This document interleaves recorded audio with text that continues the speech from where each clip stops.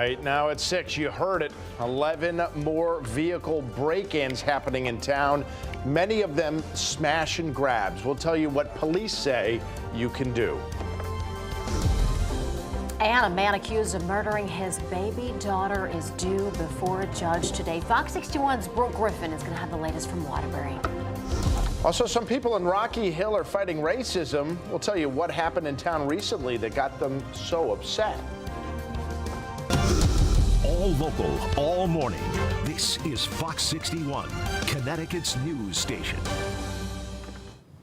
Good morning. Happy Thursday. Thanks for starting your day off here with us at Fox 61 America Areas. And I'm Tim Lammers. Good morning to you. I'm always sort of looking at the temperature when I first walk out the door. Warmer today. Much warmer. Than it was yesterday, But I don't think we're going to really see a huge warm up at all. No, as a matter of fact, I think given the way the numbers have been, which is a little under normal, I think they're really underperforming today. Yeah. It's milder out there this morning, to Tim and Erica's point, because the clouds are out there acting as a little blanket, keeping the temperatures up. And a little more rain today. We'll start with this morning. A lot more coming for the weekend. I don't love the weekend forecast. And the 7-day pattern still coolish, still unsettled-ish. We'll talk about that coming up. Here's the radar in review. There's just a little bit of light rain moving into the airport vicinity, Granby, Heartland, over into the northwestern corner, Salisbury to Canaan. You see maybe some steady rain, but that's it. Look at the bigger picture. There's actually there's a thunderstorm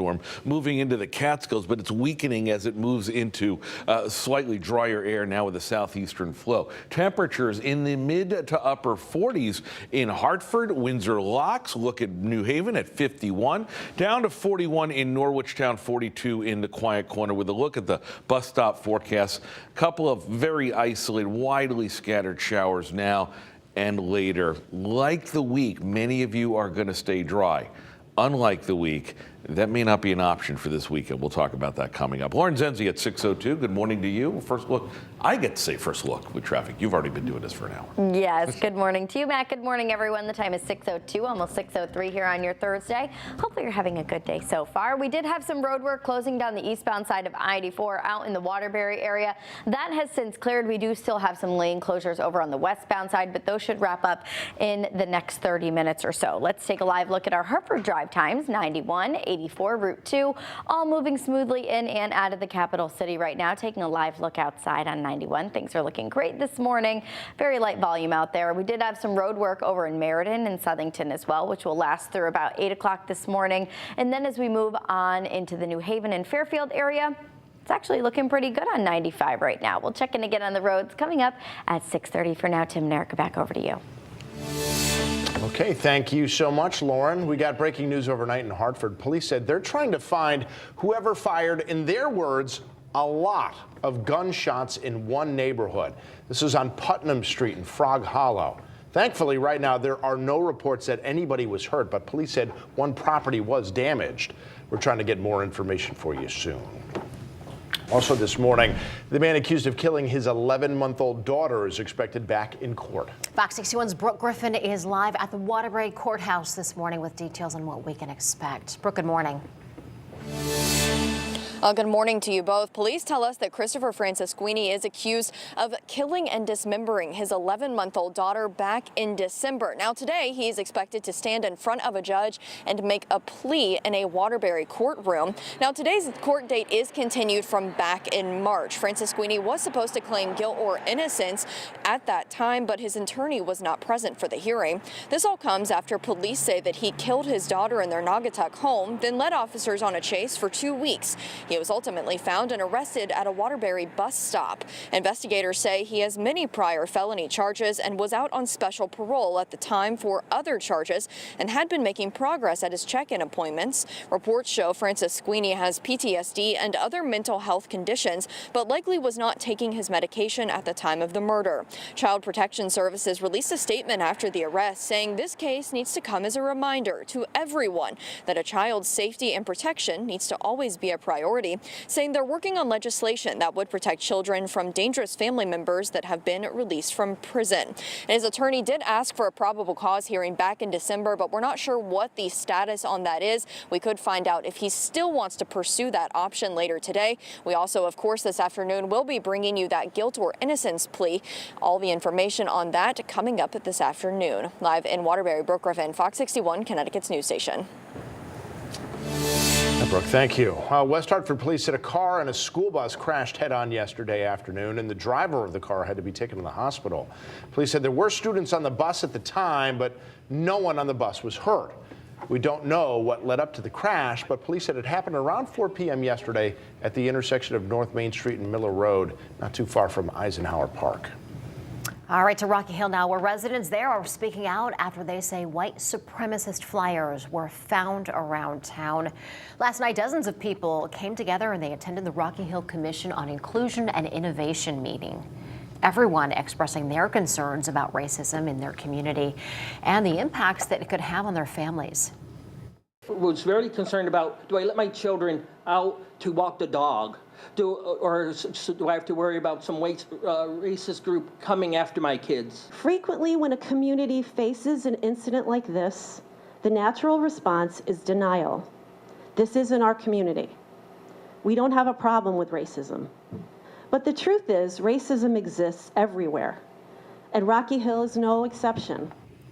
The commission meets every month, and organizers say last night's meeting emphasized the importance of the commission. So many drivers are on edge after a chain of recent smash and grab car robberies. The latest incidents happening in Sellington. Yeah, over the last few days, other suburban Hartford towns were hit, and now police are still looking for the people who did it because there's no indication these kinds of burglaries won't continue. No, they just keep happening in a different city or town. Fox 61's Lindsay Kane is live in Southington this morning with more details. Lindsay. Hi, good morning. Well, this time the suspects got away with $600 in cash, a wallet, and a purse. Now, these smash and grab car robberies targeting 11 more cars in Southington yesterday, but this time caught on video. Now, take a listen.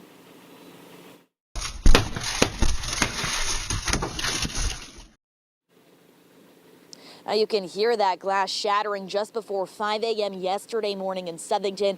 These two suspects were caught on camera shining lights into cars. Of course, they were careful not to set off any alarms. Now, the video shows them smashing the window of that white car repeatedly, like they did with many of the other cars that were targeted, until they could easily get inside. Police are looking for around 3 to 4 people from those Southington robberies. They wore dark-colored clothes, gloves, and masks. Between 3 a.m. to 10 a.m., they smashed 11 vehicles in the northwest and central areas of town. Now, smash and grab robberies also targeting cars in Wethersfield, Rocky Hill, Newington, and South Windsor. More than 70 vehicles have been broken into in total. Police say they're coordinating their efforts with other police departments to help catch the thieves before they target another neighborhood.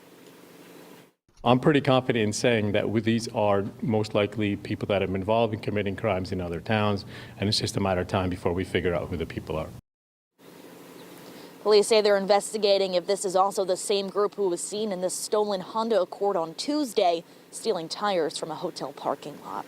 Now, this is also a reminder, if you happen to see these thieves, police are asking people not to engage because they are expected to be armed and dangerous. And police also say it's a good idea to take all of the valuables out of your car, put them in a safe place until these suspects have been caught.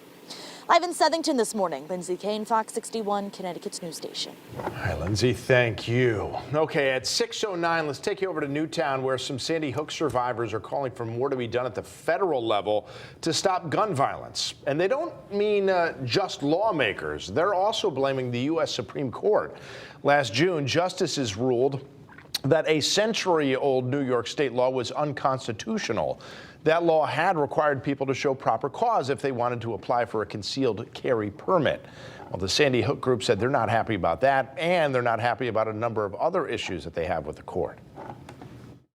The current Supreme Court is incapable of pursuing justice for the most vulnerable in our nation. It's time for Congress to restore the court's legitimacy. This was the second stop on a 20-city tour across the country calling for change. Happening today in Wethersfield, state officials are expected to give us an update on their work to make more services for the DMV available online. The governor's office says with the expansion of these online services, fewer people will be heading to the DMV offices. Now, as for what services are going to be offered, we're going to find that out at 10:30 this morning at the DMV's Wethersfield office. And also happening today in Milford, the 5th Battle of the Badges blood drive is set to take place. It's happening between 8 a.m. and 6 p.m. at Platt Tech on Orange Avenue. The Connecticut Epilepsy Advocate Foundation and the American Red Cross are teaming up for this event. As people show up to donate blood, they're going to be asked to either choose the police or fire department. And then at the end of the day, they're going to tally up all those votes. And the department who gets the most votes will get the bragging rights. As of this morning, there are still plenty of spots open if you'd like to head over there and donate and give blood, save a life. Be sure to sign up on the Red Cross website.